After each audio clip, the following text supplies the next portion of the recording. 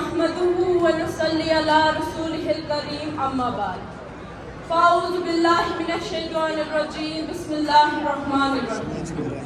میری طرف سے تمام حاضرین مجلس کو السلام علیکم ورحمۃ اللہ وبرکاتہ. وجود زن سے ہے تصویر کائنات میں رنگ، وجود زن سے ہے تصویر کائنات میں رنگ، اسی کے ساتھ سے ہے زندگی کا سوز درد. میرا موضوع سخن ہے اسلام میں عورت کا مقام. امید ہے آپ غور سے سنیں گے. اے بنت حوا، کون تھی تم؟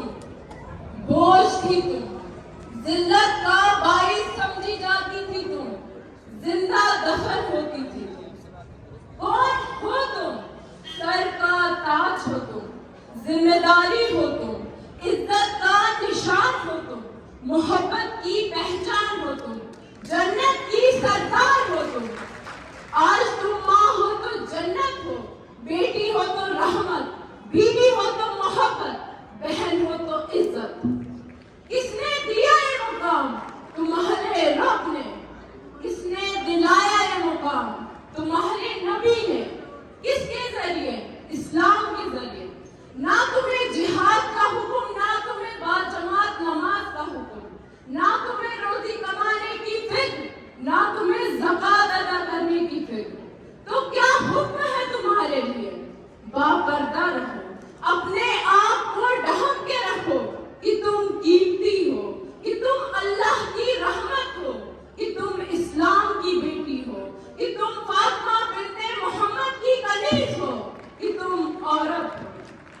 تم بچوں کو دودھ پلاؤ تو اجر، تم کھانا کھلاؤ تو اجر، تم شوہر کی تابع دار رہو تو اجر، تم رات جاگ کر گھر والوں کی دیکھ بھال کرو تو اجر.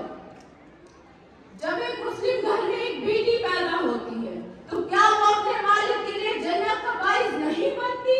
کیا وہ اپنے والد کے لیے وجہ نہیں بنتی کہ انہیں جنت کا مقام، جنت کا عہدہ مل سکے؟ جب وہی ایک بیٹی بڑی ہوتی ہے اور اس کی شادی ہوتی ہے تو کیا وہ اپنے شوہر کا آدھا دین مکمل نہیں کرتی؟ اور جب وہی ایک بیٹی، وہی ایک عورت ماں بنتی ہے تو کیا جنت کو اس کے قدموں کے نیچے نہیں ڈالا جاتا؟ اللہ کے نزدیک مرد اور عورت میں کوئی امتیاز نہیں ہے.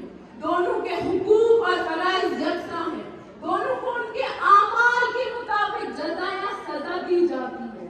آپ صلی اللہ علیہ وسلم نے مسلمانوں سے فرمایا، تم عورتوں کے بارے میں اللہ سے ڈرو اور تم میں سے بہترین وہ ہے جو اپنی بیویوں کے ساتھ حسن سلوک کرتے ہیں. مسلمان کو چاہیے کہ وہ اپنی بیوی سے نفرت نہ کرے، اور اگر وہ اس کی کسی عادت سے ناراض ہو تو اسے چاہیے کہ وہ اچھی چیز پر راضی رہے. اور اسلام میں ہم ایک ماں کے حقوق تو جانتے ہی ہیں. اسلام میں عورت کو ماں کے طور پر بہت عزت دی گئی ہے. قرآن کریم نے کئی آیات میں ماں کے حقوق کی بات کی ہے. یہ مسلمانوں کو حکم دیتا ہے کہ اپنی ماؤں کا احترام کریں اور ان کی اچھی طرح خدمت کریں، چاہے وہ کافر ہی کیوں نہ ہو. آپ صلی اللہ علیہ وسلم نے واضح طور پر فرمایا ہے، ماں کے حقوق سب سے زیادہ ہے. کیا حضرت ویسے کرنی بن عامر رضی اللہ تعالیٰ عنہ کے بارے میں نہیں جانتے کہ وہ کتنی عظیم ترین شخصیت تھے؟ وہ ایک ایسی شخصیت ہے جن نے اپنی تمام زندگی اپنی والدہ کی خدمت میں گزاری ہے. ان کی والدہ بیمار، بوڑھی، نابینا تھی اور انہوں نے اپنی تمام عمر ان کی خدمت میں وقف کر دی، اور یہی ان کا حقیقی جہاد تھا. ہمیں ان سے اور ان کی زندگی سے سیکھنا چاہیے کہ ہماری زندگی میں والدین، خصوصاً ماں کی اہمیت و مقام کیا ہے. آخر میں اپنے موضوع کا اختتامی شعر سے کرنا چاہتی ہوں.